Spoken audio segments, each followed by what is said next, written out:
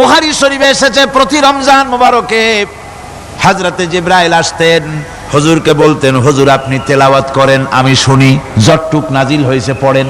হুজুর পড়তেন, জিবরাইল শুনতেন, আবার জিবরাইল পড়তেন, হুজুর শুনতেন। এমনি করে করে যে বছর হুজুর ইন্তেকাল করবেন, হুজুরের জীবনের শেষ রমজান মোবারকে কোরআন নাজিল পরিপূর্ণ হয়ে গেছে। হযরত জিবরাইল বলেন, হুজুর কোরআন তো নাজিল তামাম হয়ে গিয়েছে, এবার আপনি পুরা কোরআন পড়ে আমারে শোনান। হযরতে রাসূল পুরাটা পড়ে 30 পারা পড়ে শোনায় দিলেন, জিবরাইল শুনলেন। এবার জিবরাইল বলেন, হুজুর আমি তেলাওয়াত করতেছি আপনি শোনেন। হযরতে জিবরাইল 30 পারা পড়লেন, হুজুর শুনলেন। আবার হযরত জিবরাইল বলেন, হুজুর আবার আপনি পড়েন। হুজুর পড়লেন, জিবরাইল শুনলেন, আবার জিবরাইল পড়লেন, হুজুর শুনলেন। তার মানে হলো হুজুর যে বছর ইন্তেকাল করলেন ওই বছরের রমজান মোবারকে হযরত জিবরাইল 2 বার পড়েছেন, হুজুর শুনেছেন, আর হুজুর 2 বার পড়েছেন, জিবরাইল শুনেছেন, যাতে করে একটা জের জবর, একটা আয়াত, একটা সেমিকোলন যেন বাদ না পড়ে যায়। শাহরু রমাদানাল্লাযী উনজিলা ফীহিল কুরআন, রমজানের পবিত্র মাসে আমি অবতীর্ণ হয়েছি। সুবহানাল্লাহ। যদি প্রশ্ন করা হয় রমজানে তো আসছো, কিন্তু প্রথম নাজিল হয়েছিল কোন সময়? ওটা কি দিন ছিল না রাত ছিল? কোরআন তার জবাবে বলে, ইন্না আনজালনাহু ফি লাইলাতিল কদর, কদরের পবিত্র রাতে আমি এই পৃথিবীতে আমার আগমন ঘটেছিল। যদি প্রশ্ন করা হয় বুঝলাম সবই, কেন নাজিল হয়েছে তুমি? এই পৃথিবীতে তোমার আসার উদ্দেশ্য কি? মূল কাজটা কি? এই প্রশ্ন যদি করা হয়, কোরআনে কারীম তার জবাবে বলে, শোনো কেন এসেছি। লিতুখরিজান নাসা মিনাজ যুলুমাতি ইলান নূর, আমার মিশন হচ্ছে গোটা বিশ্ব মানবতাকে পুঞ্জীভূত জমাট বাঁধা অন্ধকারের ভেতর থেকে টেনে বের করে আলোর সন্ধান দিতে, আলোর দিকে আনার জন্য আমি কোরআন নাজিল হয়েছি। আল্লাহ পাক আমাদের জন্য একটি পবিত্র মাস আমাদেরকে দিচ্ছেন, দান করেছেন, যে মাসটির নাম হচ্ছে রমাদান। রমাদান হচ্ছে রামদুন, রা মিম দত, রাম ধাতু থেকে উৎপত্তি, এর অর্থ হচ্ছে জ্বালানো, পুড়িয়ে দেওয়া, ভস্ম করে দেওয়া। রমাদান, রমজান মুবারকে যারা নাকি সিয়াম সাধনা করে, আত্মত্যাগ করে, অর্থাৎ তিতিক্ষা, ত্যাগ এবং তিতিক্ষা করে, রমজান মুবারকে আল্লাহ পাক যেভাবে রোজা চান ওইভাবে যারা রোজা রাখে, তাদের সমস্ত গুনাহ সমূহকে আগুন যেমন আবর্জনাকে জ্বালিয়ে দেয়, রোজা যদি সঠিকভাবে কারো হয় তাহলে তার গুনাহগুলিকে এইভাবে জ্বালিয়ে ভস্ম করে দেয়। সুবহানাল্লাহি ওয়া বিহামদিহি। এই রমাদান আমাদের সামনে। আমি আমার আলোচনার শুরুতে আমি আপনাদের খেদমতে আরজ করতে চাই যে মাসটির মধ্যে আমরা প্রবেশ করতে যাচ্ছি, দুটি জিনিস আমাদের সামনে এখন। একটি হচ্ছে আমরা মাহে রমজানকে ইস্তেকবাল করতে যাচ্ছি, মাহে রমজান আমাদের সামনে। দোয়া করে নেই যে আল্লাহ পাক এই পবিত্র রমজানের সম্মান করার মতো তৌফিক আমাদেরকে দান করো, আর যেভাবে রোজা রাখলে পরে তুমি খুশি হও সেইভাবে আমাদেরকে রোজা রাখার তৌফিক দান করো, বলি আমিন। এটি হচ্ছে সর্বশ্রেষ্ঠ মাস আল্লাহ পাক মুসলমানদের জন্য দান করেছেন। আবারও বলি আলহামদুলিল্লাহ। কোরআন শরীফের মধ্যে আল্লাহ সমস্ত ইবাদতের কথা বলেছেন, কিন্তু ডিটেইলস আলোচনা করেন নাই। হজ করতে হবে, কিন্তু উকুফে আরাফা করতে হবে, রমিয়ে হিজার করতে হবে, রমিয়ে জেবার করতে হবে, তারপরে 7 বার তাওয়াফ করতে হবে, সাফা মারওয়া সাই করতে হবে। এগুলি কিন্তু কোরআন শরীফে আসে নাই, ডিটেইলস আসে নাই। নামাজ পড়তে হবে, কিন্তু জোহরে কয় রাকাত, আসরে কয় রাকাত, মাগরিবে কয় রাকাত, এই রাকাতগুলি কিভাবে বিন্যস্ত করতে হবে কোরআন শরীফে তা আসে নাই, বর্ণনা করা হয়নি। যাকাত দিতে হবে, কিন্তু কত টাকা হলে কত টাকা দিতে হবে, কত মন ধান হলে কতটুকু দিতে হবে, কত ছাগল হলে, কত গরু হলে, কত পরিমাণ সোনা হলে, কত পরিমাণ রৌপ্য মজুদ থাকলে যাকাত দিতে হবে, এর বিস্তারিত বিবরণ কোরআন শরীফে আসে নাই। চিন্তা হতে পারে যে তাহলে এগুলো আমরা পাইলাম কই? আমরা পেয়েছি কোরআনের ব্যাখ্যা হচ্ছে রাসূল করিম সাল্লাল্লাহু আলাইহি ওয়াসাল্লাম, হুজুর এটাকে আমাদেরকে বলে দিয়েছেন। তিনি সারে ছিলেন, শরীয়ত প্রণেতা ছিলেন। তো সমস্ত ইবাদতকে আল্লাহ পাক সংক্ষেপে সংক্ষেপে তিনি আউটলাইন অথবা গাইডলাইন তিনি দিয়েছেন আল্লাহ পাক। রমজান মুবারক হচ্ছে একমাত্র ইবাদত যে রমজান সম্পর্কে আল্লাহ পাক ডিটেইলস পূর্ণ একটি রুকু আল্লাহ পাক আলোচনা করেছেন। সুবহানাল্লাহ। রোজা শুরু করবেন কোনখান থেকে, শেষ করবেন কোথায় গিয়ে, সফরে প্লেনে যখন চলবেন তখন আপনার রোজার অবস্থা কি হবে, যদি দেশে যান তখন কি হবে, অসুস্থ হলে কি হবে, কিভাবে রোজা রাখবেন, কিভাবে রোজা ভাঙবেন, তারপরে কখন শুরু হবে, কখন কি হবে ইত্যাদি বিস্তারিত বিবরণ রোজার মতো করে এত অন্য কোন ইবাদতের ব্যাপারে আল্লাহ এতটা বলেন নাই যতটা বলেছেন রোজার ব্যাপারে। তাহলে নিশ্চয়ই বুঝতে পারছেন রোজাটা অত্যন্ত গুরুত্বপূর্ণ ইবাদত। সবটাই গুরুত্বপূর্ণ, কিন্তু রোজাটা আল্লাহর কাছে বেশি গুরুত্বপূর্ণ। সুবহানাল্লাহ। আচ্ছা, বেশি গুরুত্বপূর্ণ কেন সে কথা কি বলবো? অবশ্যই বলবো। বেশি গুরুত্ব এই কারণে, আল্লাহ পাক বলেছেন, এটা হচ্ছে হাদিসে কুদসি, আল্লাহ পাক বলেছেন আস-সাওমু লি ওয়া আনা আজজি বিহি। অন্য রিওয়ায়াতে এসেছে ওয়া আনা উজজা বিহি। আস-সাওমু লি, রোজা হলো আমার জন্য। কে বলতেছেন বলুন তো? আল্লাহ পাক বলছেন রোজা হচ্ছে আমার জন্য, রোজার পুরস্কার আমি দেব। অন্য বর্ণনায় এসেছে রোজা আমার জন্য আর রোজাদারের পুরস্কার আমি আল্লাহ নিজেই পুরস্কার। সুবহানাল্লাহ, সুবহানাল্লাহ। তাহলে প্রশ্ন আসে, আল্লাহ পাক বলছেন রোজা আমার জন্য, আস-সাওমু লি। আল্লাহ তো একথা কোথাও বলেন না আজ-যাকাতুলি, আস-সালাতুলি, আল-হাজ্জুলি।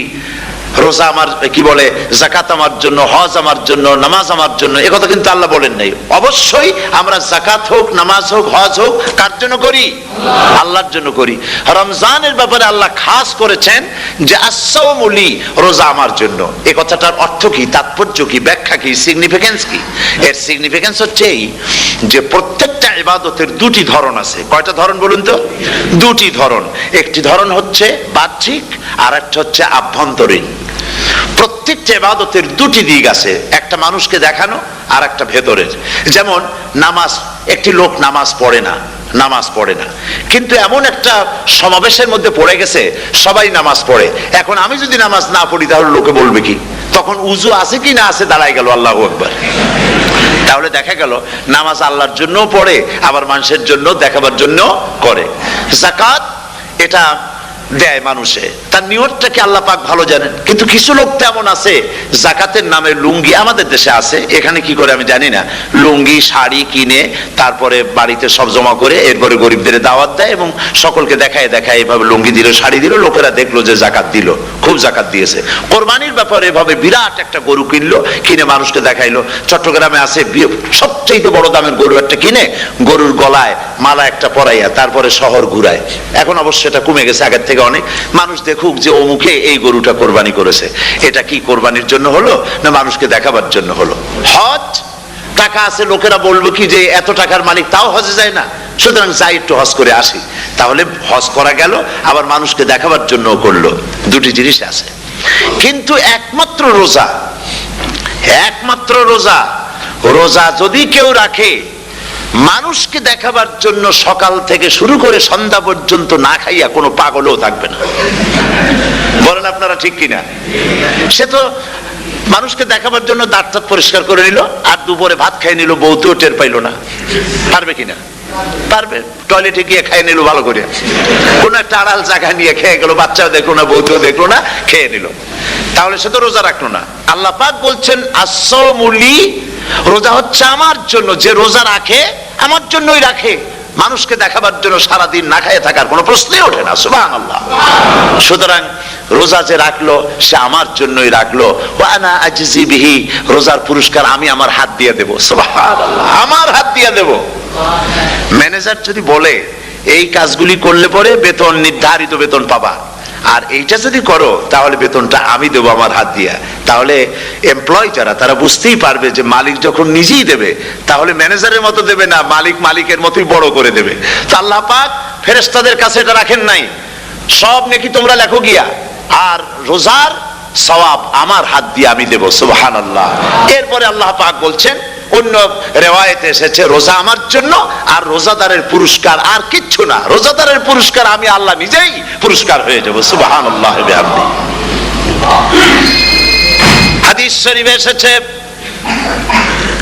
রোজা রাখলে পরে ক্ষুধার কারণে, খালি পেটে থাকার কারণে টক্সিন জাতীয় এক প্রকারের গ্যাস তৈরি হয় পেটের ভেতরে, স্টমাকের মধ্যে, ফলে মুখে এক রকমের দুর্গন্ধের সৃষ্টি হয়।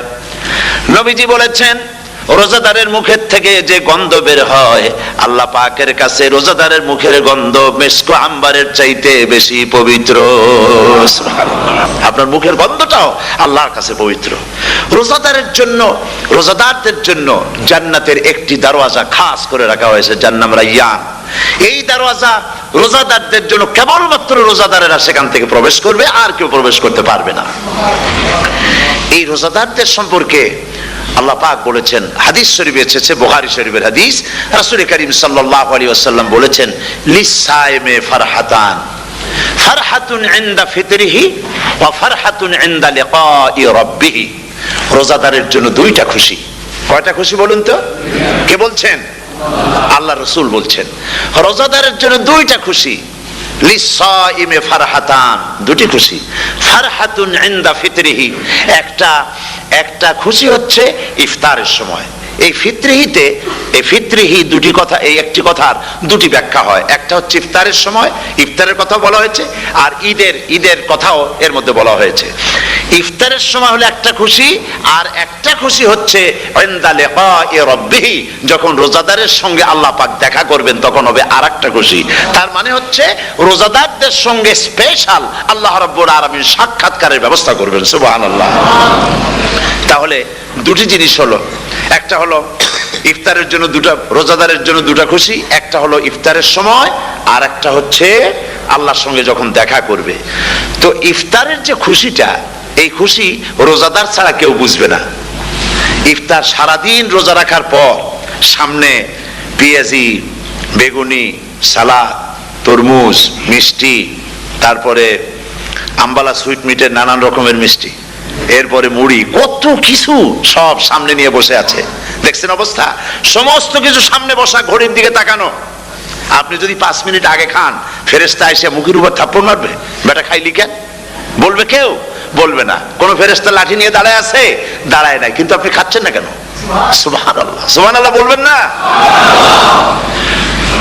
অন্তত 1500 বছর আগে আল্লাহ রাব্বুল আলামিন নির্দেশ করে রেখেছেন, সূর্য সাদা হওয়া থেকে, পূর্ব দিগন্ত সাদা হওয়া থেকে শুরু করে পশ্চিম দিগন্তে যখন কালো রেখা দেখা দেবে, যখন মাগরিব হয়ে যাবে, সূর্যাস্ত যাবে, ততক্ষণ পানাহার আর স্ত্রী সম্ভোগ থেকে বিরত থাকো। 1500 বছর আগের আল্লাহ রাব্বুল আলামিনের এই নোটিশ কিভাবে কার্যকরী হচ্ছে উম্মতের মধ্যে, মুসলমানদের ভেতরে। খাবার সামনে আসে, পিপাসা লেগেছে। এখন তো পিপাসা লাগে না, খুব ঠান্ডার সময়, এখন রোজা রাখতে খুব মজা হবে, তাই না? খুব মজার রোজা। কিন্তু এই রোজা যখন জুন মাস আর জুলাই মাসে আসবে, তখন টের পায় মানুষ রোজা কাহাকে বলে। প্রচন্ড পিপাসা, সামনে সব খাবার পড়ে আছে, একটা খাবারের দিকে রোজাদারের হাত যায় না, ঘড়ির দিকে তাকায় আর চুপ করে বসে বসে আল্লাহর জিকির করতে থাকে। আল্লাহ কয়, ফেরেশতারা দেখ, এই বান্দা বানাইতে নিষেধ করছিলি। সুবহানাল্লাহ। আল্লাহ খুশি হয়ে যান। রোজাদার অপেক্ষা করতে থাকে, ঠিক যখন কাটায় সময়টা এসে গেছে, তখন আল্লাহর নাম করে খুরমা দিয়ে, পানি দিয়ে ইফতার শুরু করে দিল। আল্লাহ পাক খুশি হয়ে গেলেন। এই যে ইফতার, সারাদিন রোজা রাখা ইফতার করায় যে মজা, রোজা রাখলো না এরকম লোকেরাও কিন্তু ইফতার করে না? পুরান ঢাকায় আছে, ঢাকার তো কয়েকটা এলাকা আছে, পুরান ঢাকার লোকেরা নাকি বলে যে, যারা রোজা রাখে না তারা বলে যে, রোজা না রাখে একরকম পাপ করছি, আর ইফতার না করিয়া কবিরা গুনাহ করবো নাকি? ইফতার তো করাই লাগবে। তো খুব মজা করে ইফতার করে তারা। তো সারাদিন রোজা রেখে পেঁয়াজি, ছোলা, বুট, মুড়ি খাওয়ায় যে মজা, সারাদিন ভাত খাইয়া তারপরে ইফতারের শরীক হওয়া, ছাগলে ঘাস খাইলে যেমন লাগে ওইরকম তার মুখে লাগে, এই মজা পাবে না। রোজাদারের যে মজা লাগে সেই মজা সে পাবে না। সারা মাস রোজা থাকার পর, আল্লাহর হুকুম মেনে সারা রাত রোজা রাখার পর, তারপরে ঈদের দিনে জামা কাপড় পরিষ্কার করে, শেরওয়ানি গায়ে লাগাইয়া, পাঞ্জাবি পরে, আতর মেখে, এরপরে ঈদের জামাতে যখন দাঁড়ায় যায়, সে যে মজা পায়, সারা মাস রোজা রেখে ঈদের জামাতে গিয়ে সে যে মজা পায়, যে রোজা রাখলো না ঈদের দিনে খুব জামা পাজামা, সেন্ট এগুলো মেখে টেকে প্রথম কাতারে গিয়ে দাঁড়ায় গেছে, ও সেই মজা পাবে না। ওর মনের মধ্যে একটা চোর চোর ভাব থেকেই যায়। সে মনে মনে ভাবে এই জামাত আমার না, জোর করে আসছি, এইখানে দাঁড়াবার যোগ্যতা আমার নাই। মনের মধ্যে সে একটা অপরাধী ফিল করে, সে ফিল করতে থাকে। সুতরাং রোজাদারের জন্য দুইটা খুশি, একটা হচ্ছে ইফতারের সময়, আর একটা খুশি হবে যখন আল্লাহ তাদেরকে দেখা দেবেন। সুবহানাল্লাহ। এই রোজা আল্লাহ পাক দান করেছেন। আচ্ছা, কি জন্য রোজা আমাদের দিলেন? এই জন্য দিয়েছেন যে একটা মাস পৃথিবীর মুসলমানরা না খেয়ে থাকুক দিনের বেলায়, ওই না খেয়ে থাকার যে খাবারগুলি বাঁচবে এগুলি আল্লাহ অন্য কোন এলাকার মানুষদের খাওয়াবেন নাকি? এই জন্য করেছেন রোজা, এই জন্য করেন নাই। রোজার ফজিলত আল্লাহর নবী বলেছেন, রমজান মুবারকের এত ফজিলত, মানুষ যখন কোন ইবাদত করে আল্লাহ পাক সেই ইবাদতের নেক আমলের সওয়াব 10 থেকে শুরু করে 700 পর্যন্ত বাড়ায় দেন। 10 থেকে শুরু করে 700 বাড়ায় দেন, ইল্লা সাওম, রোজা ছাড়া। নবীজি বলেছেন, রমজান মুবারকে কেউ যদি একটি নফল কাজ আদায় করে, একটি নফল ইবাদত করে, অন্য মাসের একটি ফরজ আদায় করার সওয়াব আল্লাহ পাক নামায়ে আমলে দিয়ে দিবেন। রমজান মুবারকে কেউ যদি একটি ফরজ আদায় করে, অন্য মাসের 70টি ফরজ আদায় করার মতো সওয়াব আমলনামায় আল্লাহ দিয়ে দিবেন। সুবহানাল্লাহ। এই মাস আমাদের সামনে, আল্লাহু আকবার বলি, আল্লাহু আকবার বলি, আলহামদুলিল্লাহ। এই পবিত্র মাস আমাদের সামনে। এই মাসে এত সওয়াব, নফল হয় ফরজের মতো, আর ফরজ হয় 70টা ফরজের মতো। এত সওয়াব কেন হইল? আমরা না খেয়ে থাকি সেই জন্য নাকি? বলতে পারেন কেন হলো? একটি কারণ, শাহরু রমাদান আল্লাযী উনজিলা ফীহিল কুরআন। সুবহানাল্লাহ বলবেন না? এই রমজান মাস হচ্ছে সেই মাস যে মাসে আল্লাহ রাব্বুল আলামিন কোরআনে কারীমকে নাজিল করেছেন। এই মাসের মধ্যে একটি রাত আছে, খায়রুম মিন আলফি শাহর, যে রাতটি 1000 মাসের চাইতে বেশি গুরুত্বপূর্ণ আল্লাহর কাছে। সুবহানাল্লাহ। একটি রাত 1000 মাসের চাইতে গুরুত্বপূর্ণ। 1000 মাস ক্যালকুলেটর দিয়ে হিসাব করলে দেখা যায় যে 1000 মাসে 83 বছর 4 মাস হয়। তাহলে তার অর্থ কি এই যে একটানা 83 বছর 4 মাস ইবাদত করলে যে সওয়াব হবে, এই রাত্রে ইবাদত করলে সেই সওয়াব হবে? হতে পারে, এরকম হতে পারে, কিন্তু ব্যাখ্যাটা কি? ব্যাখ্যাটা হচ্ছে এই, আরবিতে আলফুন শব্দ দিয়ে 1000 বোঝানো হয় না।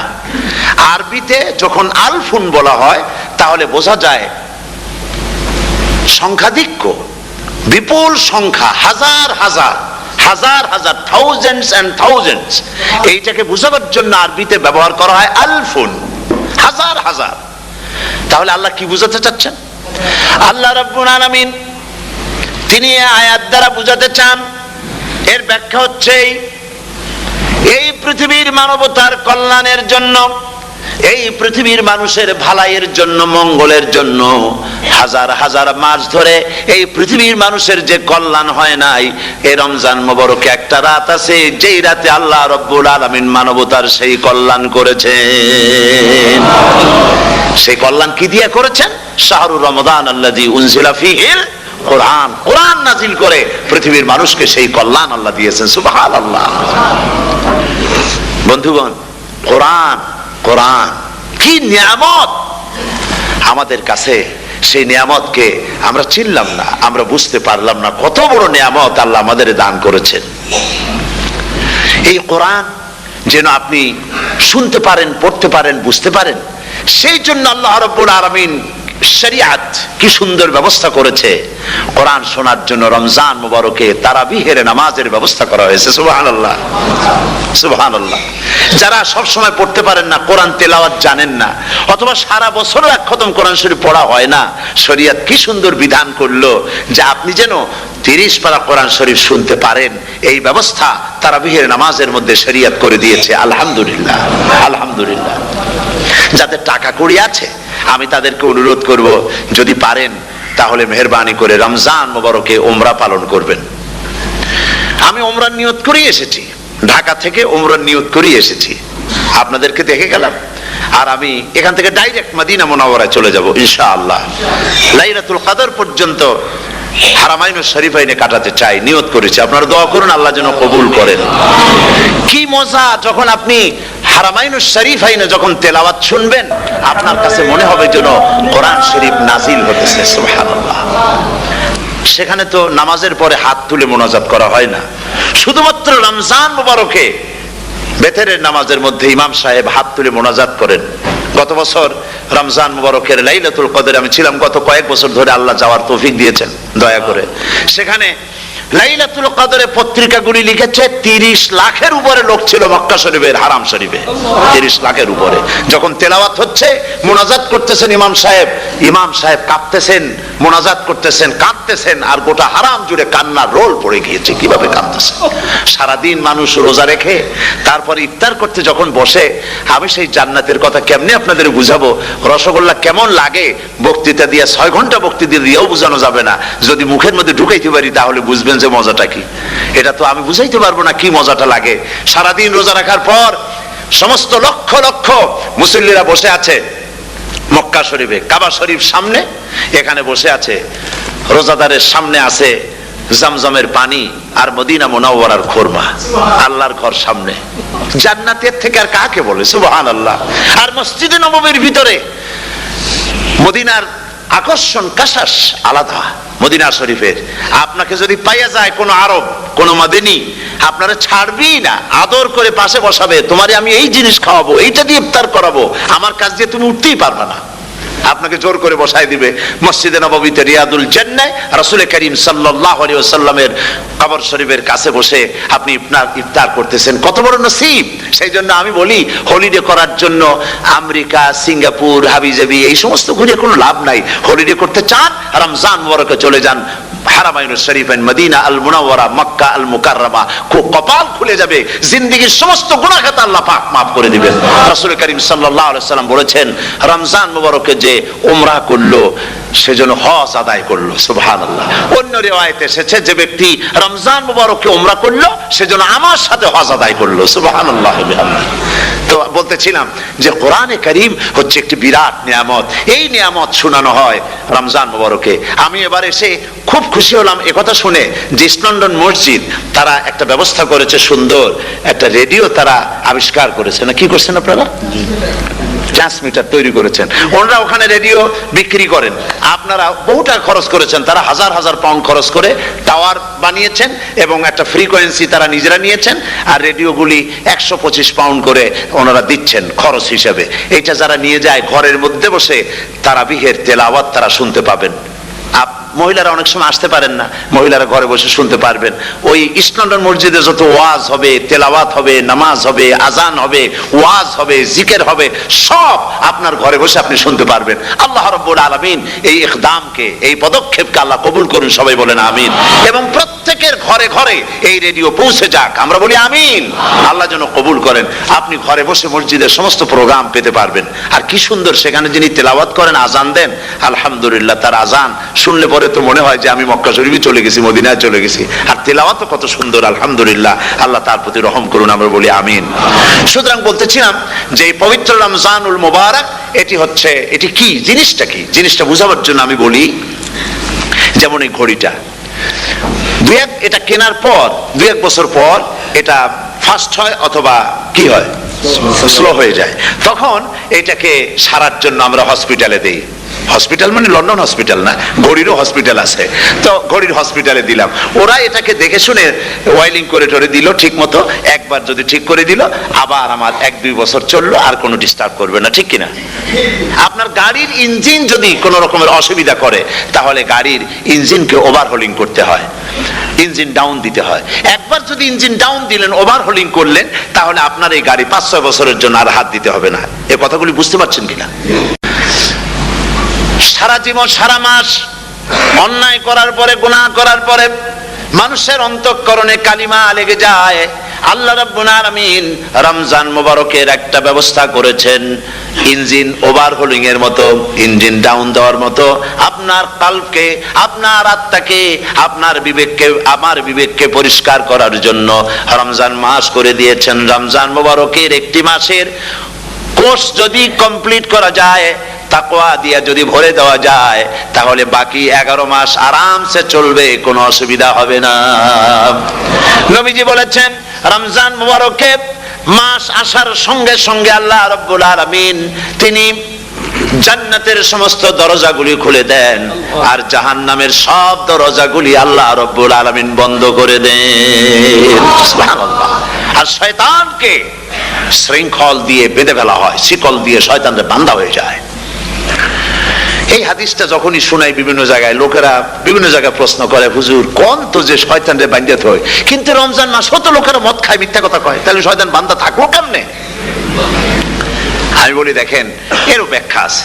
এর ব্যাখ্যা হলো এই, কোন কোন ঘড়ি আছে একবার চাবি দিলে 6 মাস চলে, আর একবার চাবি দিলে 2 বছর চলে, আবার চাবি দিলে লাইফ চলে যায়, এরকমের ঘড়িও আছে।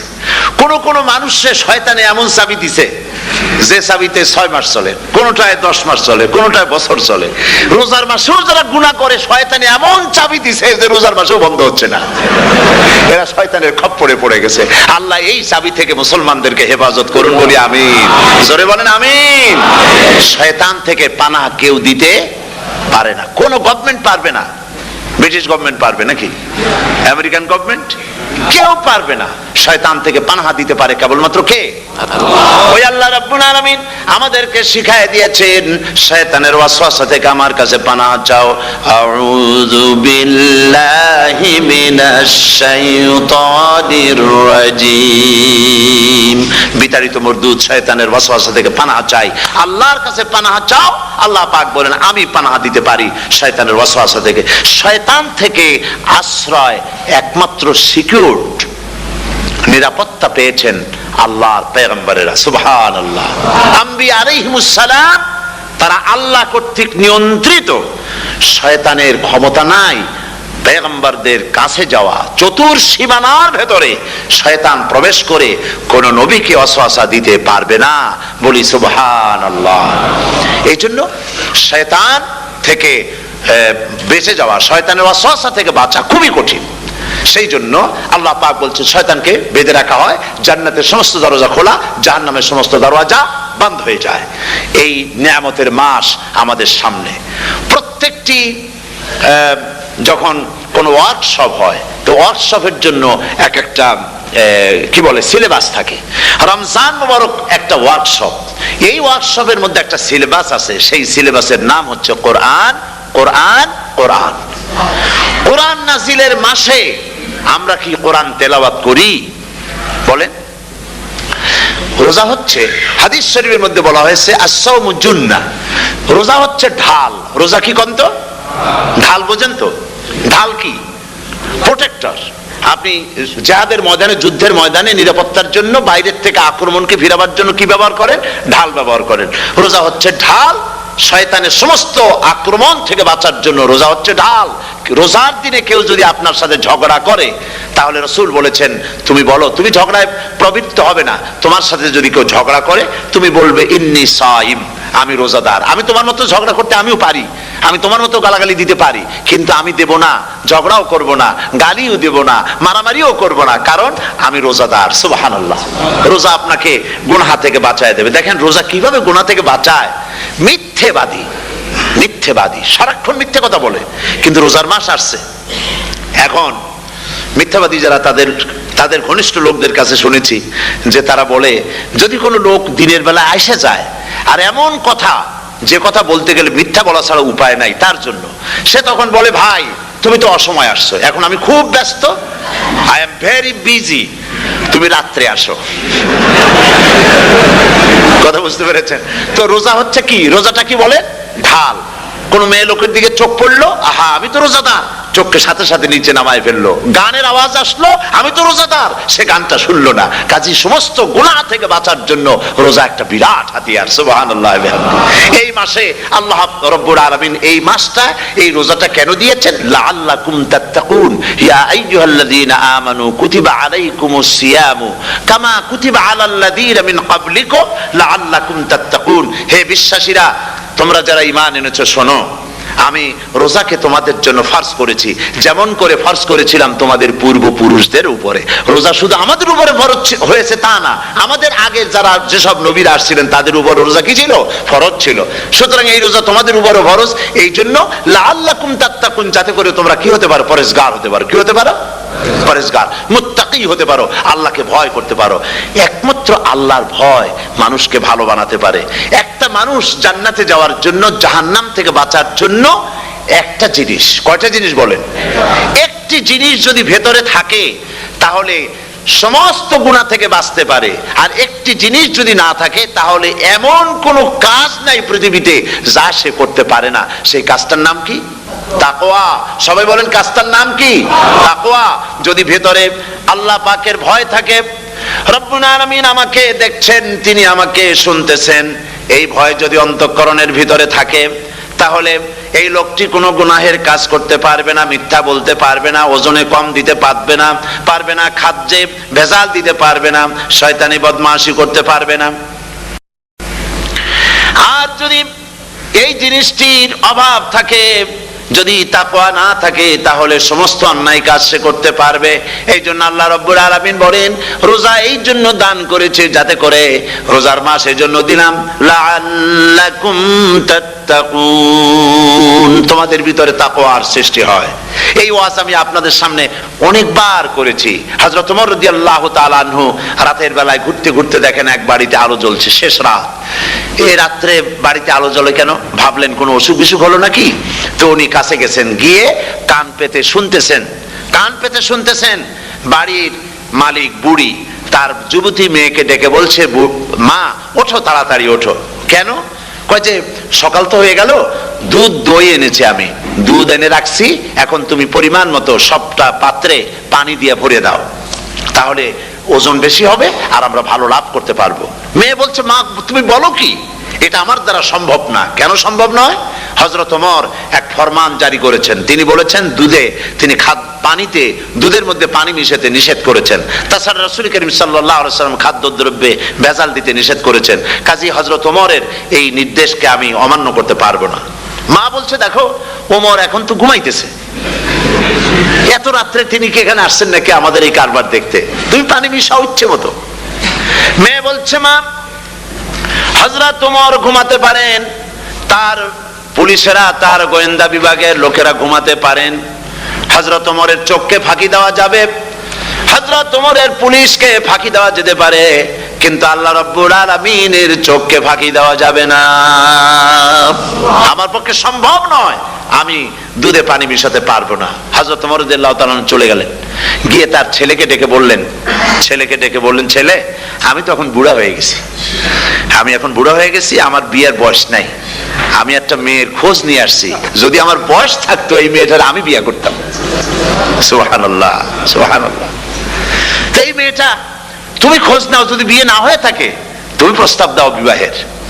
কি সৌন্দর্য তিনি দেখলেন মেয়েটার মধ্যে, স্বাস্থ্য, রূপ, যৌবন, কি দেখলেন? তাকওয়া। জোরে বলেন না, কি দেখলেন? তাকওয়া। এই তাকওয়া তিনি দেখলেন। এই তাকওয়ার উপরে ভিত্তি করে আমিরুল মুমিনিন, অর্থাৎ পৃথিবীর প্রেসিডেন্ট, খলিফাতুল মুসলিমিন, আমিরুল মুমিনিন হযরত ওমর তার ছেলের জন্য পুত্রবধূ করে তাকে ঘরে নিয়ে আসলেন। সুবহানাল্লাহ। ফায়দা কি হলো? ফায়দা এই হলো, এই মেয়ের গর্ভে যে মেয়ে হলো, সেই মেয়ের গর্ভে যে মেয়ে হলো, সেই মেয়ের গর্ভে ফারুকে সানি হযরত ওমর ইবনে আব্দুল আজিজ রাহমাতুল্লাহ আলাইহির মতো ফারুকে সানি আল্লাহ দান করে দিলেন। সুবহানাল্লাহ বিহামদি। এটা নাম হচ্ছে তাকওয়া। এই তাকওয়ার ব্যাপারে হযরত ওমর রাদিয়াল্লাহু তাআলা আনহু তিনি হযরত কাব বিন উবাই রাদিয়াল্লাহু তাআলা আনহুকে জিজ্ঞেস করেছিলেন যে তাকওয়ার একটা ব্যাখ্যা আপনি কি আমাকে বলতে পারেন, তাকওয়ার ব্যাখ্যাটা কি? তিনি বললেন, হ্যাঁ পারি। কি ব্যাখ্যা? তিনি বললেন যে দেখুন, তাকওয়ার ব্যাখ্যা হচ্ছে এই যে সংকীর্ণ একটি রাস্তা, সরু ন্যারো একটা রোড, এই ন্যারো রোডের দুই দিকে আছে কাঁটাযুক্ত লতা পাতা। এই কাঁটাযুক্ত লতা পাতার মধ্য দিয়ে এই সরু রাস্তা দিয়ে আপনি যখন যাবেন তো কিভাবে যাবেন? হযরত ওমর বললেন, আমার জামা কাপড় এইভাবে খুব আটোসাটো করে আমরা যাব, যাতে করে গায়ের চামড়াও না ছেড়ে আমার জামাও যাতে না ছিঁড়ে যায়। হযরতে কাব বিন উবাই রাদিয়াল্লাহু তাআলা আনহু বলছেন, এটার নামই হচ্ছে তাকওয়া। এটার নাম কি? তাকওয়া। এটার নাম হচ্ছে তাকওয়া। দুনিয়ার অসংখ্য পাপের ভেতর থেকে আপনি চলে যাবেন, পাপ যেন আপনাকে স্পর্শ করতে না পারে। এটার নাম তাকওয়া। বাইন মাছ নিশ্চয়ই খেয়েছেন আপনারা, না লন্ডনে পাওয়া যায় না? পাওয়া যায়। এই বাইন মাছ যারা খেয়েছেন আপনারা, আমি জানি না আপনারা জানেন কিনা, বাইন মাছ কোথায় থাকে? পানিতে থাকে না কাদায় থাকে? মাশাআল্লাহ, বাইন মাছ থাকে কাদার মধ্যে। কিন্তু এই বাইন মাছ যারা ধরেছে তাদের মুখে শুনেছি আমি যে বাইন মাছ থাকে কাদায়, ওকে যখন ধরে টেনে বের করা হয় কাদার মধ্যে থেকে, এক ফোঁটা কাদা ওর গায়ে নাই। এই কলুষিত সমাজ, পাপে ভরপুর। গ্রেট ব্রিটেন, আমেরিকা, পাশ্চাত্য, আমাদের দেশ, সর্বত্র পাপ আর পাপ। এই পাপের মধ্যে বাইন মাছ শুধু খাইয়েন না, ওর কাছ থেকে শিক্ষাও গ্রহণ করেন। ও যেমন কাদার মধ্যে থাকে, কাদা ওর গায়ে লাগে না, আপনিও এই সমাজের মধ্যে আপনি আপনার কাজ চালিয়ে যান, পাপ যেন আপনাকে স্পর্শ না করে। আল্লাহ যেন পাপের থেকে আমাদের বাঁচান। আমরা বলি আমিন, সবাই বলেন আমিন। এটার নাম হচ্ছে তাকওয়া। আর তাকওয়া লম্বা জামায় তাকওয়া হয় না, লম্বা দাড়িতে তাকওয়া হয় না, পাগড়ি একটা বানলেই তাকওয়া হয় না। রাসূলুল্লাহ সাল্লাল্লাহু আলাইহি ওয়াসাল্লাম বলছেন তাকওয়া হা হুনা, হা হুনা, হা হুনা, তিনবার বলেছেন, বুকের দিকে দেখায় বলেছেন তাকওয়া হা হুনা। তাকওয়া হচ্ছে এখানে। এর অর্থ এই নয় যে আমি দাড়িকে আমি ছোট করে দেখছি, জামাকে ছোট করে দেখছি, তা নয়। কিন্তু বলছি যে তাকওয়াটা হচ্ছে অন্তরের ভেতরে। এই অন্তরের ভেতর থেকেই এটার বহির প্রকাশ হতে হবে। আপনার কথায়, আপনার বলায়, আপনার ওঠায়, আপনার বসায়, আপনার চালচলনে, আপনার বিয়ে শাদীতে, আপনার ব্যবসা বাণিজ্যের সর্বত্র তাকওয়ার ছাপ প্রদর্শিত হতে হবে। তাহলেই আমার মধ্যে তাকওয়া এসেছে বলে প্রমাণ হবে। আর এটাই আল্লাহ পাক চান, রমজান মোবারকে তোমাদের মধ্যে তাকওয়া সৃষ্টি হোক। রোজা সম্পর্কে এই কথাগুলি আমি বলে নিলাম। প্রথম 10 দিন শুধু রহমত নাজিল হবে, দ্বিতীয় 10 দিনে আল্লাহ পাক শুধু মাফ করতে থাকবেন, আর তৃতীয় 10 দিনে আল্লাহ পাক জাহান্নাম থেকে মুক্ত করে দিবেন। সুবহানাল্লাহ। রমজানে মক্কা শরীফে, মদিনা শরীফে ছোট্ট একটা বাচ্চাও ঘুমায় না। অন্তত 5-7 বছর, 8-10 বছর বয়স হয়ে গেছে এরকম বাচ্চা সারা রাত্রে 1 সেকেন্ডের মধ্যে ঘুমায় না। সমস্ত লোক জাগে, ফজরের নামাজ পড়তে থেকে ঘুমায়, সব সমানে 2 হাতে নেকি কামাই করে। নেকি কামাইয়ের মৌসুমে বাহার। রমজান হচ্ছে নেকি কামাইয়ের বসন্তকাল। আপনারা যেন খবরদার মিস করবেন না, মিস করবেন না, খবরদার। এই মাসটা পুরাপুরি কাজে লাগাবার জন্য মায়েরা, আমার মায়েরা, বোনেরা, মেহেরবানি করে এই মাসটা কাজে লাগাবেন। গীবত গাইবেন না, রাগারাগি করবেন না, ঝগড়াঝাটি করবেন না, মিথ্যা কথা বলবেন না, তেলাওয়াত, জিকির, আজগার। আর পুরুষেরাও এই জিকির আজগারের মধ্যে, মানুষকে ভালো কাজের আদেশ করার মধ্যে যা আজকে আল্লাহ আমার দিয়ে বলাইলেন, এই কাজগুলি আমি এবং আপনারা সবাই যেন আমল করতে পারি। আল্লাহ তৌফিক দান করুন। আপনারা এই মোনাজাতের পরে যে যে এলাকায় গিয়ে জামাতে এশার নামাজটা আদায় করবেন, এখানে নামাজের কোনো ব্যবস্থা করা যায় নাই বলে আমরা দুঃখ প্রকাশ করছি। পাশে যেখানে মসজিদ পান, জামাতে এশার নামাজটা খবরদার আদায় করে নেবেন, নামাজ ছেড়ে দেবেন না। 5 ওয়াক্ত নামাজ সঠিকভাবে আদায় করবেন। আর মদের ব্যবসা যাদের আছে, মদের ব্যবসা ছেড়ে দিবেন। আর মদের চাকরি যারা করেন, সেখান থেকে চাকরি উঠাইয়া কোনো ভালো জায়গায় চাকরি করার জন্য চেষ্টা করবেন। জেনা, ব্যভিচার, নাচ, গান ইত্যাদি, তাস, পাশা, জুয়া, অন্যায় কাজে যাব না। আল্লাহ যেন কবুল করেন, বলেন আমিন। বলেন সবাই আমিন। এটাই কাজ। শিরক এবং বিদআতের বাড়ির কাছেও আমরা কেউ যাব না। এই তওবা করে খাঁটি মুসলমান হইতে হবে। আমরা কতদিন বাঁচবো জানি না। আল্লাহ পাক যেন আমাদেরকে ঈমানের সাথে রাখেন। যাদের মুখে দাড়ি নাই, আল্লাহ পাক তাদের মুখে দাড়ি লাগায় দিক, বলি আমিন। আপনারা চেষ্টা করেন রাসূলের এই সুন্নতটা আমল করার জন্য। যেহেতু আমরা মারা যাব, চিরদিন বাঁচবো না, তো আল্লাহ রাসূলের কাছে কেমনে আমরা আমাদের চেহারা দেখাবো? জামায়, দাড়িতে, টুপিতে, পর্দায়, মেয়ে লোকদের পর্দা করার মধ্যে, সবটার মধ্যে রাসূলুল্লাহর সুন্নত যেন আমরা আমল করতে পারি। আল্লাহ যেন তৌফিক দেন। হুজুর বলেছেন, হুজুর তো কোন কলেজে পড়েন নাই। কি বলেন, কলেজে পড়েছেন? কোন কলেজে মাদ্রাসায় পড়াশোনা করেন নাই। অথচ আল্লাহর নবী বলেছেন, ইন্নামা বুইস্তু মুআল্লিমান, আমি শিক্ষক হিসাবে দুনিয়ার বুকে প্রেরিত হয়েছি। লেখাপড়া কোথাও করেন নাই, অথচ হুজুর বলছেন আমি শিক্ষক।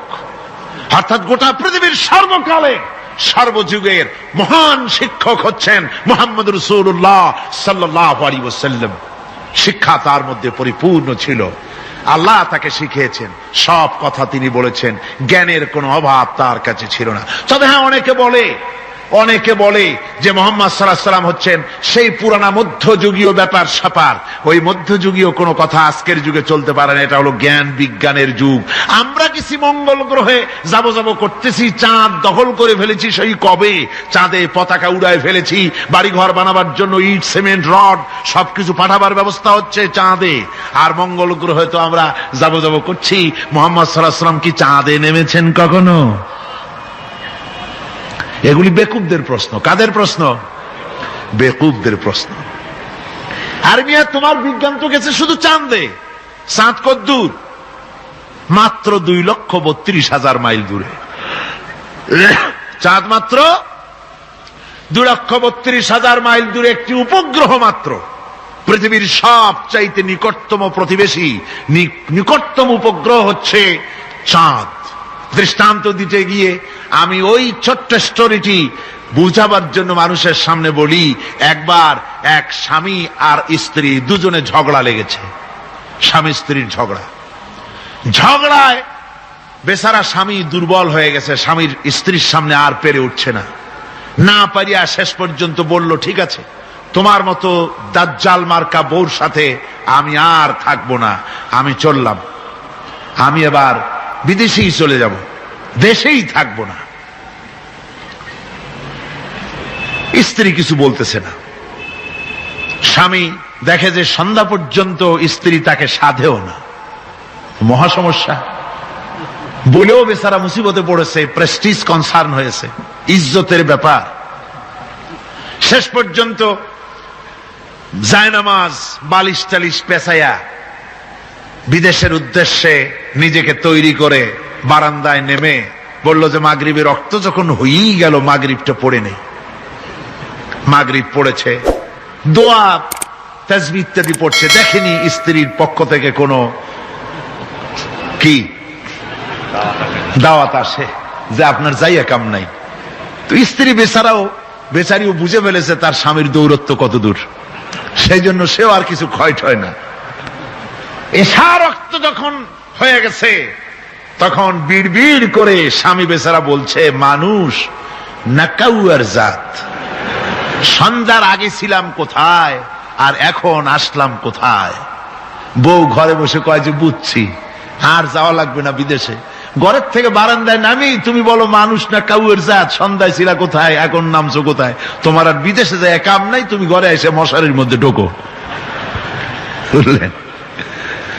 তো পৃথিবী থেকে মাত্র 2,32,000 মাইল দূরে চাঁদ, সেই চাঁদে অবতরণ করে বলছে মুহাম্মদ সাল্লাল্লাহু আলাইহি ওয়াসাল্লাম কি চাঁদে গেছে? আরে বেকুব, 2,32,000 মাইল দূরের চাঁদ নয়, 9,30,00,000 মাইল দূরের সূর্য নয়, কোটি কোটি সহস্র কোটি মাইল দূরের গ্যালাক্সি নয়, মিল্কি ওয়ে নয়, সমস্ত তারকারাজি গ্রহ পুঞ্জ সব কিছুকে পেরিয়ে গিয়ে 7 আকাশ ফুড়ে মুহাম্মদ সাল্লাল্লাহু আলাইহি সাল্লাম আরশে আজিম ভ্রমণ করেছেন, যা পৃথিবীর কোন বিজ্ঞানের পক্ষে সম্ভব নয়। সুতরাং মুহাম্মদ সাল্লাল্লাহু আলাইহি সাল্লাম সর্বকালের সর্বযুগের সব ব্যাপারে শ্রেষ্ঠ মহান ব্যক্তিত্ব। এরপরে আল্লাহ রাব্বুল আলামিন বলছেন, وَخَلَقْنَاكُمْ أَزْوَاجًا, আমি তোমাদের নারী এবং পুরুষের জোড়া পয়দা করেছি। অর্থাৎ এই পৃথিবীতে আল্লাহ রাব্বুল আলামিন মানুষের একটি সেক্স পয়দা করেন নাই, দুটি প্রকার করেছেন, একটি হচ্ছে নারী আর একটি পুরুষ। এই নারী আর পুরুষ আল্লাহ পাকের এটি একটি বিরাট কুদরত। এই নারী এবং পুরুষ সৃষ্টি করে পরস্পরের প্রতি আল্লাহ আকর্ষণ সৃষ্টি করেছেন। দুজনের একের প্রতি অপরের আকর্ষণ আল্লাহ পাক নিজেই সৃষ্টি করে দিয়েছেন। ওয়ামিন আয়াতিহি আন খালাকা লাকুম মিন আনফুসিকুম আজওয়াজান লিতাসকুনু ইলাইহা ওয়াজআলা বাইনাকুম মাওয়াদ্দাতাও ওয়া রাহমা। আমার অনেক নিদর্শনাবলীর মধ্যে এটিও একটি নিদর্শন যে আমি তোমাদের থেকে তোমাদের স্ত্রীদেরকে তোমাদের জোড়া পয়দা করেছি।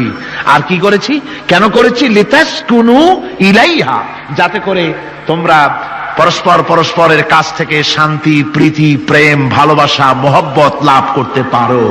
এটা আমার নিদর্শন একটি। কিরকম নিদর্শন? ভিন্ন পরিবেশে লালিতা পালিতা একটি মেয়ে ভিন্ন পরিবেশে লালিত পালিত একটি পুরুষের সঙ্গে যখন বিবাহ হয়ে যায়, আল্লাহ রাব্বুল আলামিন বলেন আমি তখন একের প্রতি অপরের মহব্বত আর ভালোবাসা আমি আল্লাহ তৈরি করে দেই। ওই মেয়েটি জানার কথা না, মেয়েটির বাড়ি হচ্ছে লংলা, শ্রীমঙ্গল, বিয়ে হয়েছে দিনাজপুর।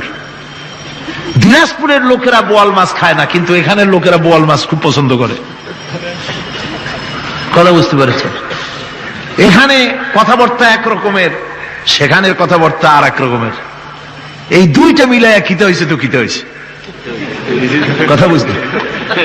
এখন উপায়টা কি? অথচ এই দুই স্বামী স্ত্রীর মধ্যে আল্লাহ পাক কি মহব্বত পয়দা করে দেন, একজন আরেকজনের জন্য জীবন দিতে প্রস্তুত হয়ে যায়। সুবহানাল্লাহ পড়েন।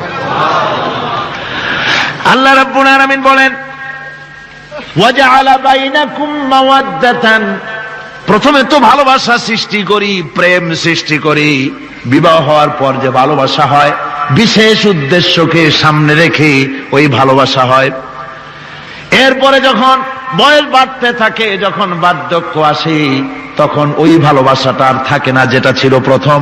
সেটা আমি ওয়াজআলা বাইনাকুম মাওয়াদ্দাতান ওয়া রাহমা, মাওয়াদ্দা তখন রহমতে পরিণত হয়ে যায়। প্রথমে থাকে একটা প্রেম কেন্দ্রিক ভালোবাসা। পরবর্তী সময় যখন স্বামী বুড়ো হয়ে যায় আর স্ত্রী যখন বুড়ি হয়, তখন আল্লাহ পাক বলেন আমি উভয়ের মধ্যে সহৃদয়তা, করুণার সৃষ্টি করে দেই। পরস্পর পরস্পরের প্রতি আকর্ষণ তখন আরো বাড়িয়ে দেই। একজন আর একজন ছাড়া চলে না, বুড়ার বুড়ি ছাড়া উপায় থাকে না। ঘরের মধ্যে ফ্রিজ আছে, কালার টিভি আছে, তারপরে সুন্দর বিছানাপত্র আছে, কোন জিনিসের অভাব নাই বুড়ার। হঠাৎ করে বুড়ি একদিন মারা গেল, বুড়ায় কয় আমি গৃহশূন্য হয়ে গেছি।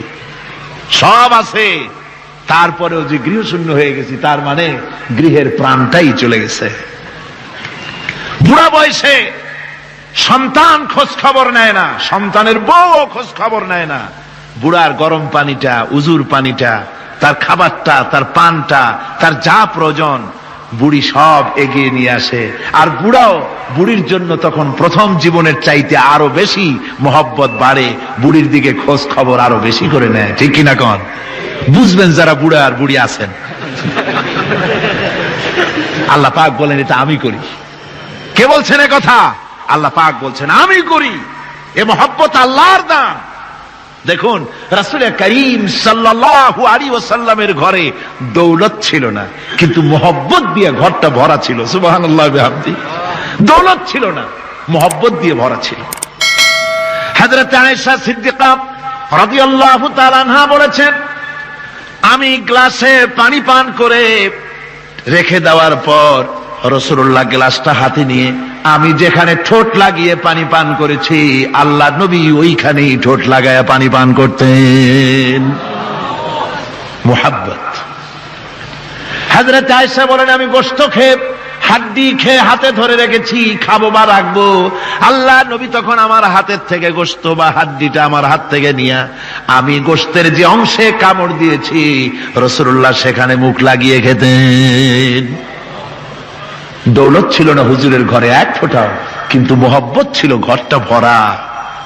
হযরত আয়েশা বলেছেন রাসূলুল্লাহ কাজ করে কষ্ট করে ঘরের ভিতরে ফিরে যখন দেখেছেন রান্না বান্না সারা হয় নাই, হুজুর ক্ষুধার্ত অথচ আমার রান্না শেষ হয় নাই, নবীজি রাগ করেন নাই, অসন্তুষ্ট হন নাই, ভুরু কুঞ্চিত করেন নাই, চোখ গরম করেন নাই, বরং আমার কাছে বসে রান্না বান্নায় আমাকে আল্লাহর নবী, বিশ্ব নবী মুহাম্মদ রাসূলুল্লাহ সাল্লাল্লাহু আলাইহি ওয়াসাল্লাম আমাকে সহযোগিতা করেছেন।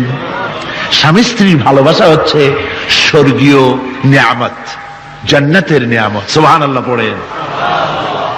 যেই ঘরে স্বামী আর স্ত্রীর মধ্যে সাপ আর বেজির সম্পর্ক, দাঁড় কুমড়োর সম্পর্ক। এই ঘরটা যতই বিদেশি আধুনিক সৌন্দর্যের উপকরণাদি দিয়ে ভরপুর থাকুক না কেন, এই ঘরটা, এই বিল্ডিংটা জাহান্নামের টুকরা, ঠিক না? আর স্বামী স্ত্রীর যদি ভালোবাসা থাকে, তাহলে ঘরটা যদি কুড়ে ঘর হয়, তারপরেও সে ঘরটা হচ্ছে একটা জান্নাতের টুকরা। অনেক স্ত্রী আছে স্বামীর সাথে মহব্বত নাই, উল্টোপাল্টা কারবার। ওই রকম এক স্বামীর কাছে খবর আসছে যে আপনি তো এই গ্রামের মাতবাড়ি করেন, বিচার আচার করতেছেন, আপনার বউ তো গোসল করতে গিয়ে পড়ে গেছে নদীর মধ্যে। তো লোকটা দৌড় দিয়েছে, দৌড়ে গেছে, যায় কয় যে কোন জায়গায় পড়ছে, কয় যে এইখানে পড়ছে। লোকটা তখন জোয়ারের পানি যাচ্ছিল এইদিকে, লোকটা দৌড় দিছে উল্টা দিকে। লোকেরা কয় যে মিয়া তোমার বউ পড়েছে এইখান থেকে, জোয়ারের পানি এদিকে যায়, তুমি উল্টা দৌড়াও কেন? মাতবার বলছে যে দেখো, এটা হচ্ছে আমাদের ইন্টারনাল অ্যাফেয়ার্স, এটা বুঝবে না। এই স্ত্রী সারাটি জীবন আমার উল্টা চলেছে। আমি যদি বলেছি 100, সে বলেছে 335। আমি যদি বলেছি এখন দিনের 12টা, সে বলেছে এখন রাত 3:35। সম্পূর্ণ উল্টা সারা জীবন যে চলেছে। সে যে নদীতে পড়ে জোয়ারে গেছে, আমি তা বিশ্বাস করি না, উল্টাই গেছে।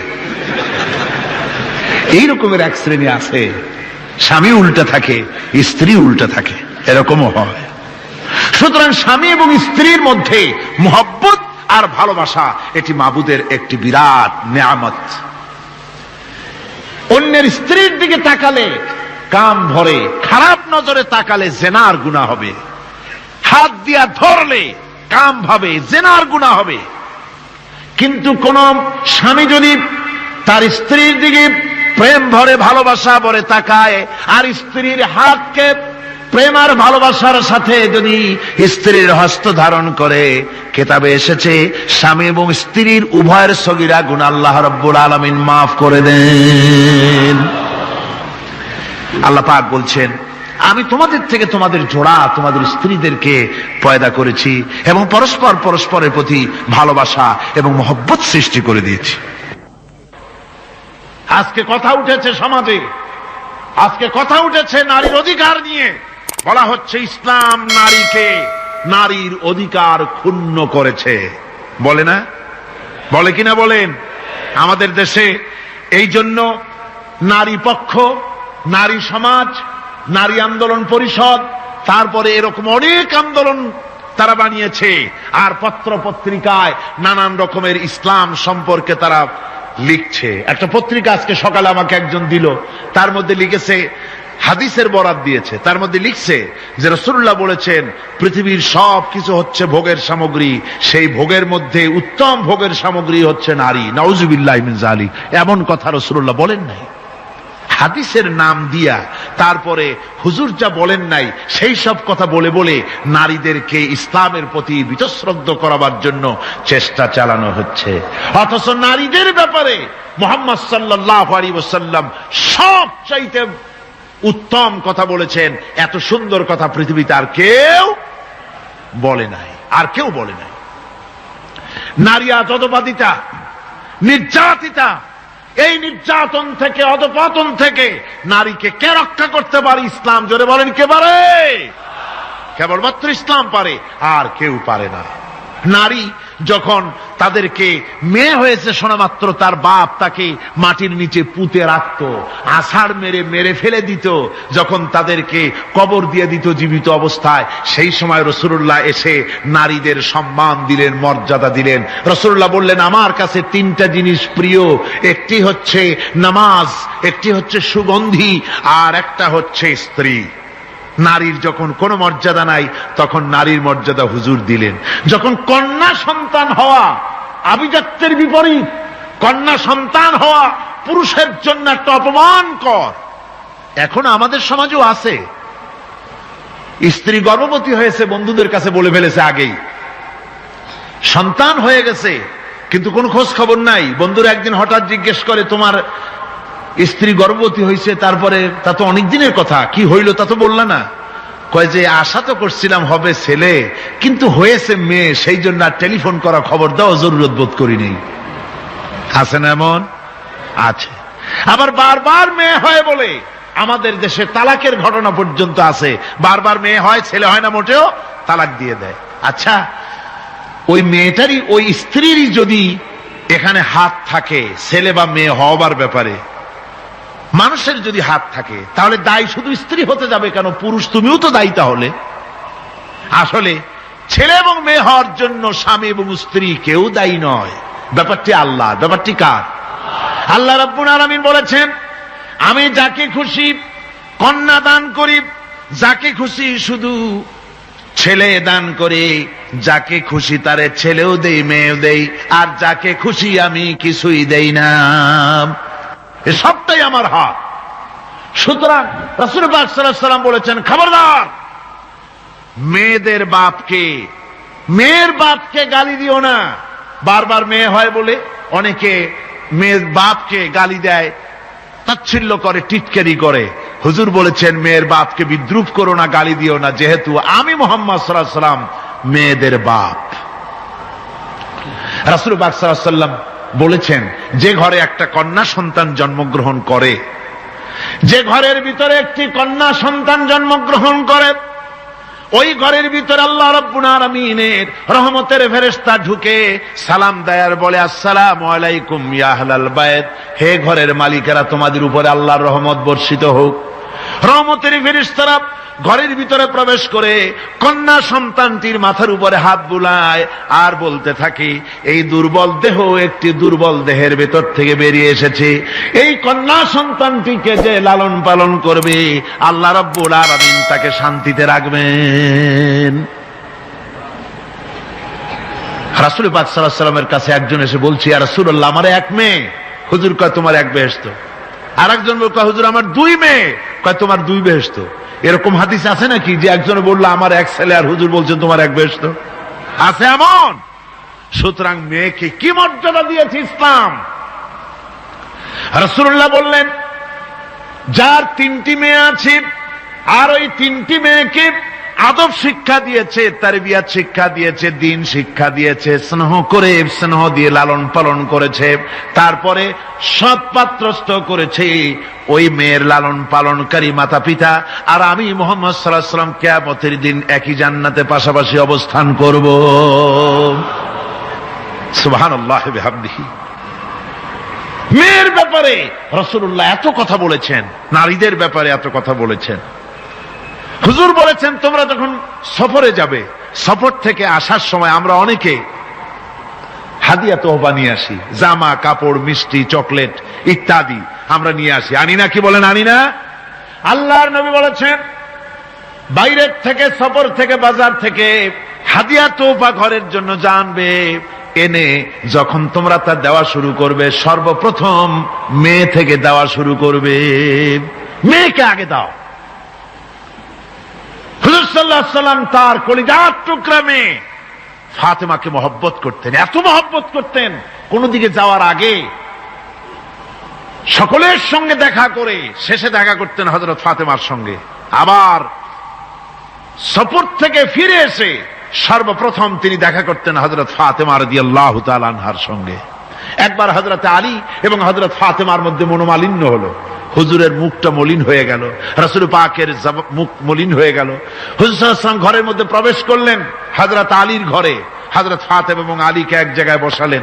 কিছুক্ষণ পর হুজুর বেরিয়ে এলেন, হুজুরের মুখে হাসি। সাহাবায়ে কেরাম বললেন, হুজুর একটু আগে আপনার মুখ মলিন দেখেছি, এখন খুব উৎফুল্ল মনে হচ্ছে। হুজুর বলছেন, আমি তাদের মধ্যে মনোমালিন্যটা দূর করে দিয়ে এসেছি। ফাতেমা আমার কলিজার টুকরা, যে ফাতেমাকে ব্যথা দেয় সে আমি মুহাম্মদ সাল্লাল্লাহু আলাইহি ওয়াসাল্লামকে ব্যথা দেয়। রাসূল পাক সাল্লাল্লাহু আলাইহি ওয়াসাল্লাম কন্যাদেরকে এভাবে মর্যাদার কথা বলেছেন। এই কন্যা আস্তে আস্তে যখন বড় হয়ে যায়, যখন বধূ হয়, বধূ হিসেবে তার মর্যাদা ইসলাম কতখানি দিয়েছে, রাসূল পাক সাল্লাল্লাহু আলাইহি ওয়াসাল্লাম কতখানি দিয়েছেন আপনারা লক্ষ্য করেন। হাদিস শরীফ পড়া নাই, জানা নাই বলে আজকে এক শ্রেণীর নারীরা তারা কমিউনিস্টদের খপ্পরে পড়ে, সমাজতন্ত্রের খপ্পরে পড়ে, নাস্তিকদের খপ্পরে পড়ে গোটা মহিলা সমাজকে চেষ্টা করতেছে ইসলাম থেকে দূরে সরাবার জন্য। ঠিক কিনা কও? হযরত আয়েশা বলেছেন, আমি যখন ঘরে কাজ করতেছি, হুজুর বাইরের থেকে এসে দেখেছেন আমার রান্না করতে দেরি আছে, খাবার দাবার এখনো রেডি হয় নাই, হুজুর ক্ষুধার্ত, কিন্তু হুজুর ভুরু কুঞ্চিত করেননি, হুজুর বিরক্ত হননি, হুজুর আমাকে গালমন্দ করেননি, আমার কাছে বসে তিনি আমার রান্নার সহযোগিতা করেছেন। সুবহানাল্লাহি ওয়া বিহামদিহি, জোরে বলেন সুবহানাল্লাহি ওয়া বিহামদিহি। ভাইরা আমার, হযরতে আয়েশা সিদ্দিকা রাদিয়াল্লাহু তাআলা আনহা বয়সে কম ছিলেন অন্যদের চাইতে। বিশ্বনবী সমস্ত রাজকার্য, রাষ্ট্রীয় কার্য, নবুয়তের দায়িত্ব পালন করে স্ত্রীর হক আদায় করতে ভুলে যাননি। আধো আধো জ্যোৎস্না প্লাবিত রাত রাসূলুল্লাহ হযরত আয়েশাকে বলছেন, চলো আমরা একটু পায়চারি করে আসি বাইরের থেকে। ঘুরতে ঘুরতে হুজুর বলছেন, দেখো তো ওই যে দূরে দেখা যায় একটা জিনিস, চলো আমরা দৌড় দেই, দেখি কে আগে ওই জায়গায় পৌঁছতে পারে। দুজনে মিলে দৌড় দিলেন। হযরত আয়েশা বললেন, আমি হুজুরকে পেছনে ফেলে দ্রুত গতিতে আমি দৌড়ে লক্ষ্যবস্তুর কাছে চলে গেলাম। হুজুর সাল্লাল্লাহু আলাইহি ওয়াসাল্লাম যখন ধীরে সুস্থে আমার কাছে এলেন, আমি বললাম, দেখছেন আপনি কিন্তু আমার সাথে দৌড়ে পারেন নাই। হযরত আয়েশা বলছেন, এর কিছু কাল পরে আবার একদিন রাসূলুল্লাহ দৌড় প্রতিযোগিতার ব্যবস্থা করলেন, দৌড় দিলাম। হযরত আয়েশা বলছেন, সেই সময়ের তুলনায় আমার শরীর কিছুটা স্থূল এবং ভারী হয়ে গেছে, আমি দৌড়াইয়া পারলাম না, আমি পেছনে পড়ে গেলাম। হুজুর আমার আগে চলে গেলেন লক্ষ্যবস্তুর কাছে। আমি হাঁপাতে হাঁপাতে যখন রাসূলের কাছে চলে গেছি, রাসূল পাক মুস্কি হেসে আমাকে বললেন, আয়েশা, ওই সেই দিনের প্রতিশোধ আজকে নিলাম। সুবহানাল্লাহি ওয়া বিহামদিহি, সেদিনের জবাব আজকে দিয়ে দিলাম। স্বামী স্ত্রীর দাম্পত্য জীবনের এই দৃশ্য কতখানি উপভোগ্য। সুবহানাল্লাহি ওয়া বিহামদিহি। এই জন্য স্বামী স্ত্রীর ভিতরে যে মুহাব্বত, এটা বেহেশতি অবদান, এটা জান্নাতের অবদান, এটা আল্লাহর নিয়ামত। এটা কি ধরে কোন? আল্লাহর নিয়ামত। এই নিয়ামত যে ঘরের মধ্যে আছে, সে ঘরটা বেহেশত। সে ঘরটা কি? বেহেশত। আর আপনার ঘরের মধ্যে রেডিও আছে, টিভি আছে, ফ্রিজ আছে, ডিসি আছে, এসি আছে, কত কিছু আছে, কিন্তু স্বামী স্ত্রীর মধ্যে সাপে আর বেজির সম্পর্ক, দাঁড় কুমড়ার সম্পর্ক। এই ঘরটা জাহান্নামের শামিল। আছেন এক পদের স্ত্রী, স্বামীও আছে এরকম এক পদের স্বামী আছে, সমানে পিটায় মেয়ে লোক, পিটাইতেই থাকে। বুঝলেন? রাসূলুল্লাহ বলেছেন, খবরদার স্ত্রীদেরকে মেরো না, দাসীদের মতো প্রহার করো না। তাহলে আগামী রাত্রে যখন তার কাছে তুমি যাবে, তখন কি তোমার শরম করবে না? রাসূল পাক সাল্লাল্লাহু আলাইহি ওয়াসাল্লাম নারী পুরুষের সমান অধিকার দিয়েছে। ভালোবাসা এবং মহব্বত থাকতে হবে, একে অপরের উপরে বাজিমাত করার প্রতিযোগিতা থাকা উচিত নয়। স্বামী হয়েছেন বলে তিনি একেবারে নওয়াবজাদা নসরুল্লাহ খান হয়ে যাবে, তা না। আবার স্ত্রী স্বামীকে গোলাম হিসাবে ব্যবহার করবে, তাও না। ভালোবাসা, শ্রদ্ধা, পারস্পরিক মহব্বত হিসেবে মর্যাদা সমান রাখা হয়েছে। কিন্তু মাঝে মধ্যে দেখা যায়, কিছু অভিযোগ পাওয়া যায়, স্ত্রীরা এমনও করে, স্বামীকে একেবারে গোলামদের মতোই রাখে। এই রকমের এক শ্রেণীর আছে। সমান অধিকারের চিন্তা নিয়ে স্বামী নির্যাতনের কোনো প্রশ্নই ওঠে না। রাসূলুল্লাহ আবার মর্যাদা পুরুষের এক ধাপ বাড়ায় দিয়েছেন। আল্লাহর নবী বলেছেন, এই পৃথিবীতে মানুষকে যদি আমি মানুষের সামনে সেজদা করার জন্য যদি অর্ডার করতাম, তাহলে দুনিয়ার সমস্ত নারীদেরকে অর্ডার করতাম তার স্বামীকে সেজদা করার জন্য। মর্যাদা বাড়ানো রয়েছে, কিন্তু অধিকার সমান, সমান অধিকার দেওয়া হয়েছে। ইসলাম নারীর অধিকার দিয়েছে, স্বামী স্ত্রীর মহব্বত এবং ভালোবাসা সৃষ্টি করে দিয়েছেন। এটা আল্লাহর নিয়ামত। আমার বন্ধুগণ, আজকে আমার সমাজে বলা হচ্ছে নারীদেরকে ঠকাইছে ইসলাম। বলে কি দিয়ে ঠকানো হলো? বলে ইসলাম ঠকিয়েছে একটা ছেলে সমান দুইটা মেয়ে। একটা ছেলেতে যা পাবে, দুইটা মেয়েতে তাই পায়, এই জন্য মেয়েকে ঠকানো হয়েছে। একথা বলেছেন আমাদের দেশের সুপ্রিম কোর্টের একজন চিফ জাস্টিস, অবসরপ্রাপ্ত, নাম নেব না আমি। তো আমরা এটা শোনার পরে বললাম যে বাংলাদেশ পৃথিবীর দ্বিতীয় বৃহত্তম মুসলিম দেশ, এই দেশের সুপ্রিম কোর্টের চিফ জাস্টিস হয়ে কোরআন সম্পর্কে জ্ঞান এত নগণ্য, এত কম, এত পুর। তার জ্ঞানের এই বহর দেখে আমাদের শুধু করুণাই হয়। কোরআনে কারীমের এক জায়গায় তিনি দেখেছেন এক ছেলে সমান 2 মেয়ে, কিন্তু মেয়েকে যে আরো অনেক জায়গা থেকে দেওয়া হয় তা কি লক্ষ্য করো নাই? ছেলে তো এক জায়গায় পিতার কাছ থেকে বোনের ডাবল পেল, বোনের তুলনায় বেশি পেল এক জায়গায়, কিন্তু বোনকে মেয়েকে অনেক জায়গা থেকে আল্লাহ দেওয়ার ব্যবস্থা করেছেন। এই মেয়ে লোককে পিতার কাছ থেকে পাবে, স্বামীর কাছ থেকে পাবে, ছেলের কাছ থেকে পাবে, ভাইয়ের কাছ থেকে পাবে, মায়ের কাছ থেকে পাবে। 5 জায়গা থেকে পাওয়ার ব্যবস্থা আল্লাহ তাকে করে দিয়েছেন। জোরে বলেন সুবহানাল্লাহ। 5 জায়গা থেকে তার পাওয়ার ব্যবস্থা আছে। এক জায়গায় একটু ছেলেকে বেশি দিয়েছে, দেখেই তার চোখ কাড়া হয়ে গেছে। আল্লাহর উপরে কমেন্ট করতেছে, নাউযুবিল্লাহি মিন যালিক। নারীকে ইসলাম সবচাইতে বেশি অধিকার দিয়ে তাকে প্রতিষ্ঠিত করেছে, সবচাইতে বেশি অধিকার তার। সব জায়গায় তাকে প্রতিষ্ঠিত করা হয়েছে। নারীদেরকে মহারণা দেওয়া ফরজ করে দেওয়া হয়েছে। নামাজ রোজা যেমন ফরজ, মহারণা দেওয়া তেমন কি? সেই মহারণা আজকাল বাঁধা হয়, বিশেষ করে রাজধানীতে, শহর সমূহে মহারণা বাঁধে। যত বেশি টাকা ততই সুনাম নাকি হয়। সেই জন্য জিজ্ঞেস করা হয়, মেয়ের বিয়েতে মহারণা কত হলো? কয় মহারণা হচ্ছে 5,73,793 টাকা 75 পয়সা। বাবা, আদায় করে না কিন্তু মোটেও, ফাঁকি দেওয়ার ব্যবস্থা সব। সোনা দিলাম এত, খাওয়াইলাম এত, বাকি সব ইদিক সেদিক। মনে রাখবেন মুসলমানেরা, মহারণা দেওয়া নামাজ রোজার মতোই অবশ্য পালনীয় একটি কর্তব্য আল্লাহ রাব্বুল আলামিন করে দিয়েছেন।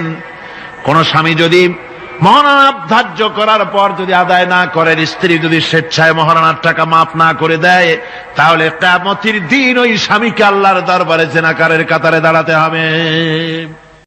ربنا ظلمنا أنفسنا وإن لم تغفر لنا وترحمنا لنكونن من الخاسرين সবাই পড়েন ربنا ظلمنا أنفسنا وإن لم تغفر لنا وترحمنا لنكونن من الخاسرين ربنا ظلمنا أنفسنا وإن لم تغفر لنا وترحمنا لنكونن من الخاسرين রব্বুল আলামিন প্রচন্ড ঠান্ডাকে উপেক্ষা করে হাজার হাজার নারী পুরুষ স্টেপনি গ্রিন স্কুলে আল্লাহ তোমার কোরআন শোনার জন্য, তোমার নবীর হাদিস শোনার জন্য দীর্ঘক্ষণ বসে আছেন। এতক্ষণ আমরা যে আলোচনা করলাম, দরুদ ও সালাম পড়লাম, মেহেরবানি করে সওয়াবটুকু রাসূল করিম সাল্লাল্লাহু আলাইহি ওয়াসাল্লামের রূহ মুবারকে পৌঁছায় দাও। তামাম পৃথিবীর মাটির নিচে যত মুমিন মুমিনাত শুয়ে আছেন, আল্লাহ তাদের আরওয়ার পরে সওয়াব পৌঁছায় দাও রব্বুল আলামিন। আমরা সবাই মিলে আজকে দোয়া করি, আমাদের মধ্য থেকে আমাদের আব্বা জান আর আমাদের মা যাদের মারা গেছে, কবরগুলিকে জান্নাতের টুকরায় পরিণত করে দাও। রব্বির হামহুমা কামা রাব্বায়ানি সগীরা। সবাই পড়েন রব্বির হামহুমা কামা রাব্বায়ানি সগীরা। হে আল্লাহ তাআলা, আত্মীয় স্বজন যদি বিদেশে থাকে, টেলিফোনে খোঁজ খবর পাওয়া যায়, চিঠি দিয়েও 6 মাস 1 বছরে খোঁজ খবর নেওয়া যায়, কিন্তু আমাদের মা বাপ যাদের দুনিয়া থেকে বছরের পর বছর হলো বিদায় হয়ে গেছে, টেলিফোন বা চিঠিপত্রের কোনো সিস্টেম নাই, কোনো কায়দা নাই, কোন হালতে কবরে আছে জানি না। আল্লাহ তুমি দয়া করে আমাদের বাপ জান যাদের মারা গেছে, আল্লাহ কবরটারে বেহেশত বানাইয়া দাও রব্বুল আলামিন। জনম দুঃখিনী মা, আমাদের মা যাদের মারা গেছে, 10টা মাস পেটের মধ্যে থেকে মাকে হাঁটু দিয়ে, পাও দিয়ে, মাথা দিয়ে, গুতা দিয়ে কষ্ট দিয়েছি। আবার মা ডেলিভারিতে নিদারুণ কষ্ট করেছেন, যা মা ছাড়া কেউ বুঝবে না। এরপরে 2.5 6টা বছর পর্যন্ত মায়ের বুকের দুধ চুষে চুষে খেয়ে মাকে বিরক্ত করেছি, পেশাব পায়খানা করে মাকে কষ্ট দিয়েছি। আল্লাহ তাআলা, আমাদের মা বাপ অনেকেরই গরিব ছিল, খাট নাই, বিছানা নাই, তোষক ছিল না, কোন রকম করে আল্লাহ তাআলা বিছানায় শোয়া থাকতো, পেশাব করে, ছেলে মেয়ে পেশাব করে বিছানা ভিজায় দিয়েছে। মা নিজে আঁচলটা ভিজা আঁচলের উপরে শুয়ে ছেলেকে মেয়েকে বুকের উপরে করে সারাটা রাত কাটায় দিয়েছে। এই মা যার দুনিয়া থেকে বিদায় হয়ে গিয়েছে, আল্লাহ দয়া করে কবরটাকে জান্নাতের টুকরা বানাইয়া দাও। আল্লাহ তাআলা, আমাদের মা বাপ যাদের মারা গেছে তাদের উপর তোমার রহমত নাজিল করো। আমাদের দাদা দাদি নানা নানি আত্মীয় স্বজন পাড়া প্রতিবেশী যারা মারা গেছে তাদের উপরে রহম করো। রব্বুল আলামিন, আল্লাহ তাআলা, আমরা যারা হাত তুলেছি, তোমার বান্দা বান্দিরা হাত তুলেছে, তুমি আরশে আজিম থেকে একটু তাকায় দেখো।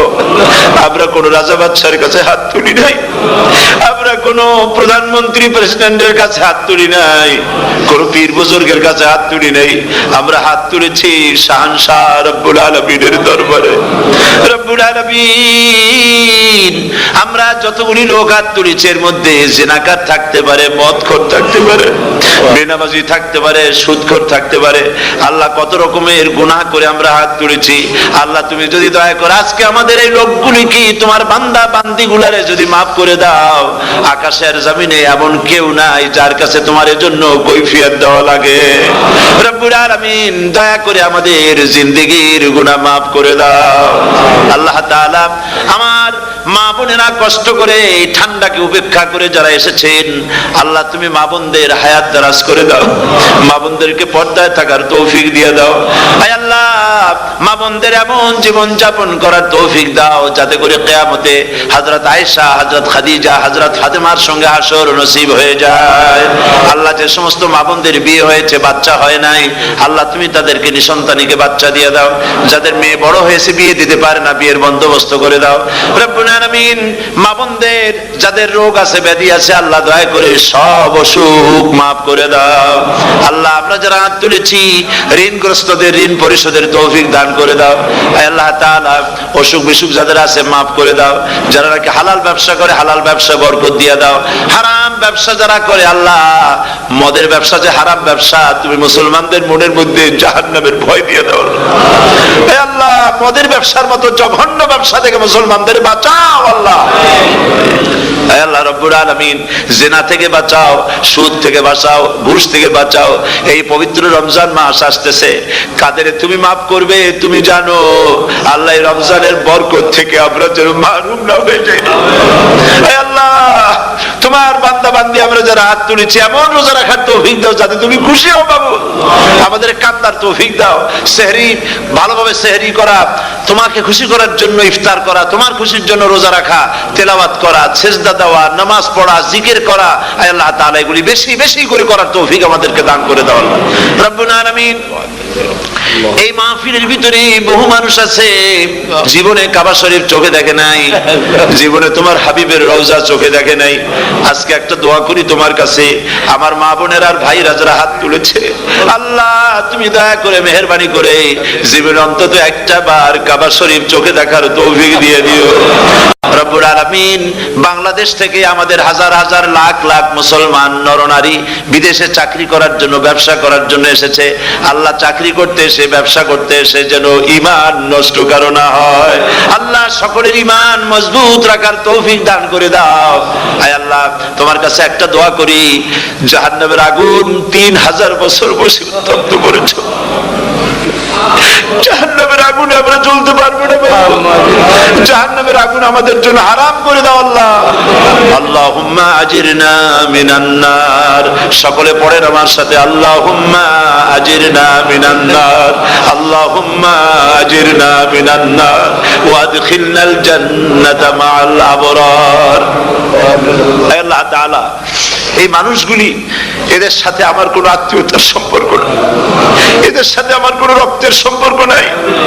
এই মানুষগুলি, মা বোনেরা ভাইয়েরা, আমাকে তারা ভালোবাসেন দ্বীনের জন্য, আমি তাদেরকে ভালোবাসি দ্বীনের জন্য। আল্লাহ, এই ভালোবাসা যেন দুনিয়ায় শেষ না হয়, এই ভালোবাসা দিয়ে যেন কিয়ামতের দিন আমরা এক জান্নাতে থাকতে পারি, এই তৌফিক তুমি আমাদেরকে দান করে দিও। আল্লাহ তাআলা, तमाम পৃথিবীর মুসলমানদের উপরে তোমার রহমত নাজিল করো, বাংলাদেশের উপরে রহমত নাজিল করো, চেচনিয়া বসনিয়ার উপর রহম করো। আল্লাহ, চেচনিয়ার মুসলমানদের দেখার কেউ নাই তুমি ছাড়া বাবু, তুমি রক্ষা করো। রাশিয়াকে দুর্বল করে দাও, চেচনিয়ার মুসলমানদেরকে আজাদ করে দাও, কাশ্মীরকে আজাদ করে দাও, দুনিয়ার সমস্ত স্বাধীনতাকামী মুসলমানদেরকে স্বাধীন বানায় দাও। আল্লাহ তাআলা নতুন শতাব্দীতে মুসলমানদেরকে আর মেরো না আল্লাহ। আমরা বুঝতে পেরেছি আমরা নাফরমান, সেই জন্য তুমি রাগ করেছো, সেই জন্য তুমি আমাদের মারতেছো, কাফের দিয়ে মারতেছো। আল্লাহ, আল্লাহ তুমি আমাদেরকে মাফ করে দাও, নতুন শতাব্দীতে ইসলামের বিজয় দিয়ে দাও। আল্লাহ, বিজয়ের আমরা তো আশাও করতে পারি না, যেহেতু আমরা গুনাহগার। সাহাবায়ে কেরামদের সেই কোয়ালিটি আমাদের মধ্যে নাই। আল্লাহ তুমি দয়া করে তোমার হাবিবের সাদকায় নতুন শতাব্দী, ইসলামের শতাব্দী আল্লাহ তুমি দয়া করে বানাই দিও আল্লাহ রব্বুল আলামিন। আমি জানি না কে কোন দুঃখ নিয়ে এখানে এসেছে, আমি সকলকে কয়েক সেকেন্ড ছেড়ে দিলাম, মাথা নিচু করে চক্ষু বন্ধ করে আল্লাহর কাছে আপনাদের মনের কথাটা বলেন, আল্লাহ পাক দোয়া কবুল করবেন ইনশাআল্লাহ।